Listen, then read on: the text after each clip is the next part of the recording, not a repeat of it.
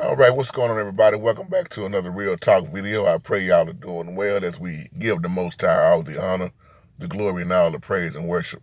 This title is called Cutting Out the Middleman. Cutting Out the Middleman. This video here is for a lot of producers, musicians, artists. Yesterday, our live chat got cut off. So I kind of wanted to come back and finish up with this video about cutting out the middleman. And I don't mean to be mean by saying this, because I was making a statement in the live chat that, when it comes to producing, writing, doing your own project, when you can do it yourself, it's a huge blessing. Some people get the job done. Some people procrastinate. And then some just think about doing it and don't never even get started. Then some get started and they just fall off.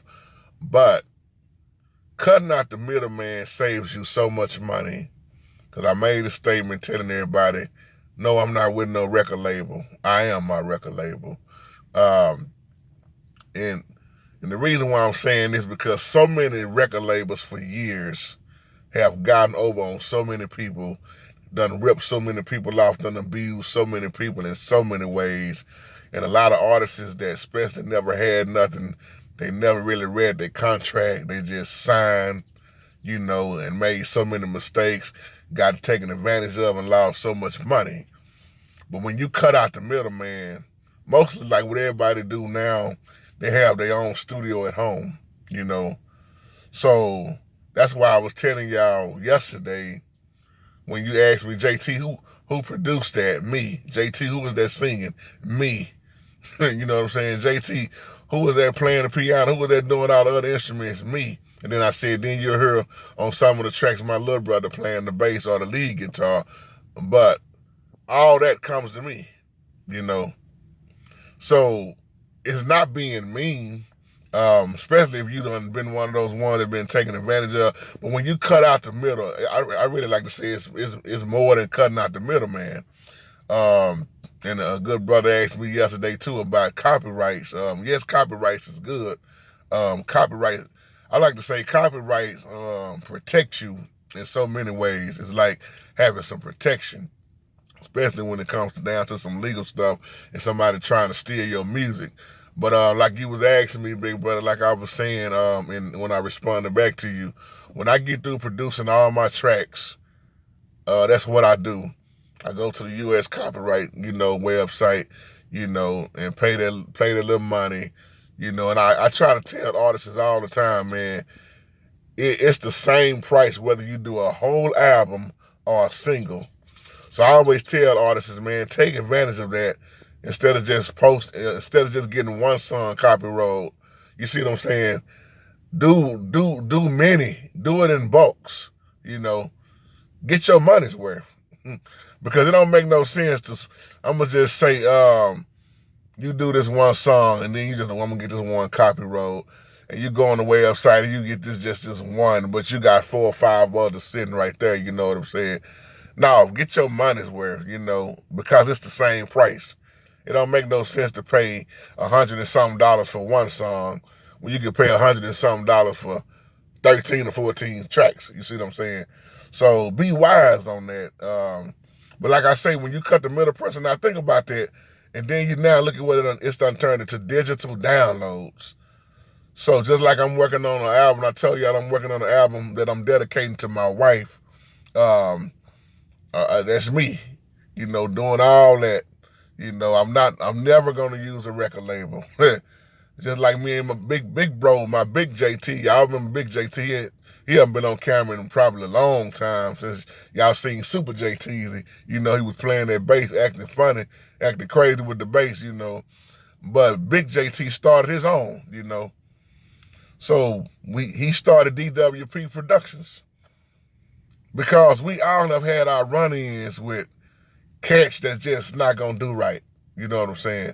They're gonna take advantage of you, and you can only get taken advantage of for so long because you're gonna wake up and you're gonna be like, I ain't letting nobody do this to me no more. I mean, just like we talked about how the gospel, it done became an industry. See, when you start getting into these industries, it's messy. And plus, I ain't got time to be trying to depend on everybody else to get a project done. That's why I know I'm not going to do me no any kind of way. If I do it, it's going to get done. It's been done. But to answer your other question, big bro, you know who you are. That music that I'm posting online, that music is over 10 years old.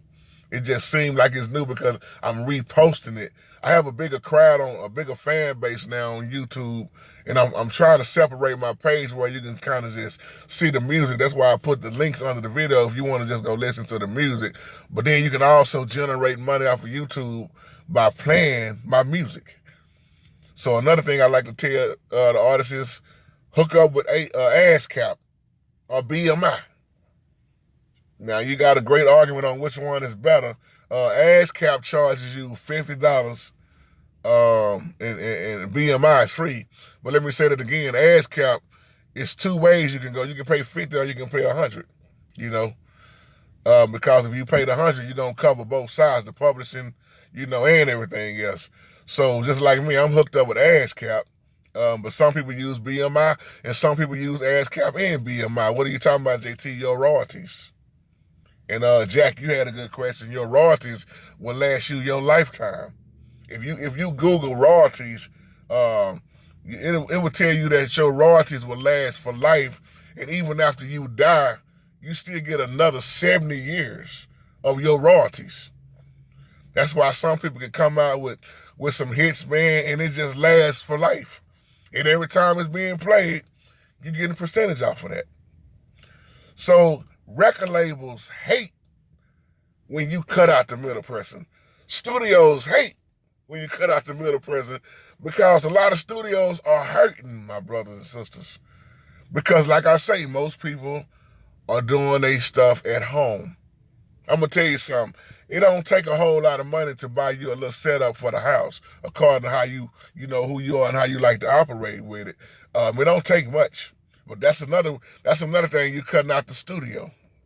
Because you are the studio. You are the engineer. You are the producer. You are the studio musician. You are the songwriter. You are the singer. You are doing the artwork. You doing everything. So it's like when you do that, you're cutting out all the middlemen. And they don't like that. But in a way, I'm so happy it happens this way because I got so sick of so many people being robbed behind the record label. See, I always tell people, I'm gonna hire me to do me, to treat me right. I always ask people, could you really hire yourself if you had to? Could you stand yourself? Would you cheat yourself? So I got a whole lot of more music that's already laid, and y'all just stay tuned. I will be posting it, but just check out the links under the video. If you want to get that music, like I was saying, all the information is right there, but I got a whole lot more coming. I had to take it off of Nebit. But like I said, I'm hooked up with CD Baby also. You'll see it on iTunes, you know, Amazon Prime, what is that? Spotify. Spotify is like hitting real hard now. Everybody pretty much, use Spotify. But my whole point of this video, once again, is really to tell you, you get past a lot of evilness because there's some shady, messed up, janky people. Music business is one of the most dirtiest businesses to get in. And I'm telling you that out of love, y'all. When you become wise on this stuff, you start making some better decisions, man, because it ain't all cracked up what it seemed to be. I'm just being real with you. So that's the way I stay out of the way. I'm gonna say it again like that.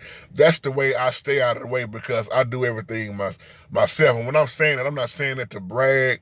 I'm not saying that to boast and brag and say I'm better than the next man, the next woman. No, I'm saying that's what works for me. I've been doing it like that for years, man. I grew up in studios, man. You know, I've had my share of studios. I still will go to a studio to check in with some people and listen to them. But the biggest problem, let me say this too, the biggest problem so many artists make is that they go to the studio to rehearse. You don't go to the studio to rehearse. You go to the studio to drop it and lay it down. And then I'm going to say this other point. All musicians are not studio musicians. You got too many musicians that play way too busy. They do way too much, and they don't know how to leave space for the rest of the instruments. So they may be good live, they may be good at church, they may be good gigging, but they're not good for the studio.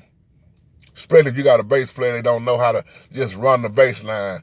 Playing live and doing studio work, it is a difference.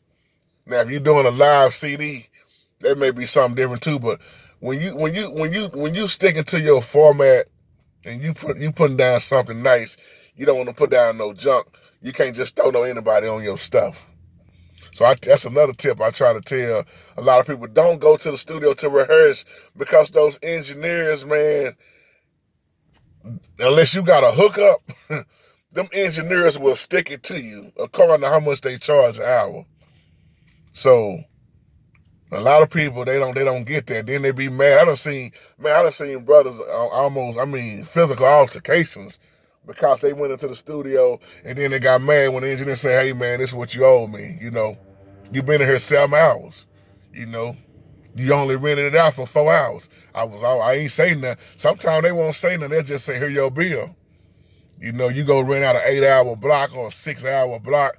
That ain't their fault that you don't have your stuff together. You supposed to be going in there just to, to lay the the hook down, and you find yourself struggling with the hook, the verse, the chorus, and everything else. That's not the engineer's fault. That's your fault. Once you set a certain time, but see, once again, but when you knock out the middleman, you ain't got to be worried about no time if you're doing it in your own home. They got some beautiful equipment. The technology has advanced so far since when I first started out. It's easy to lay stuff now. See, we had to play, and I still try to make my stuff sound like, to the best that I can do it. But it's so much easier to lay music now because of the technology, the way the keyboards and everything is now, But once again, when you cut out the middleman, you really are doing a great thing. Now, some people need the middleman, and some people don't know how to make it, without the middleman. But then there's a lot of people, they like, hey, I'm finna go buy my interfaces. I'm finna go get everything I need, and I'm gonna just do this myself. So I was always blessed to know how to do that kind of stuff, from just trial and error and then being gifted through the Holy Spirit. So like I say, look forward to way more music coming.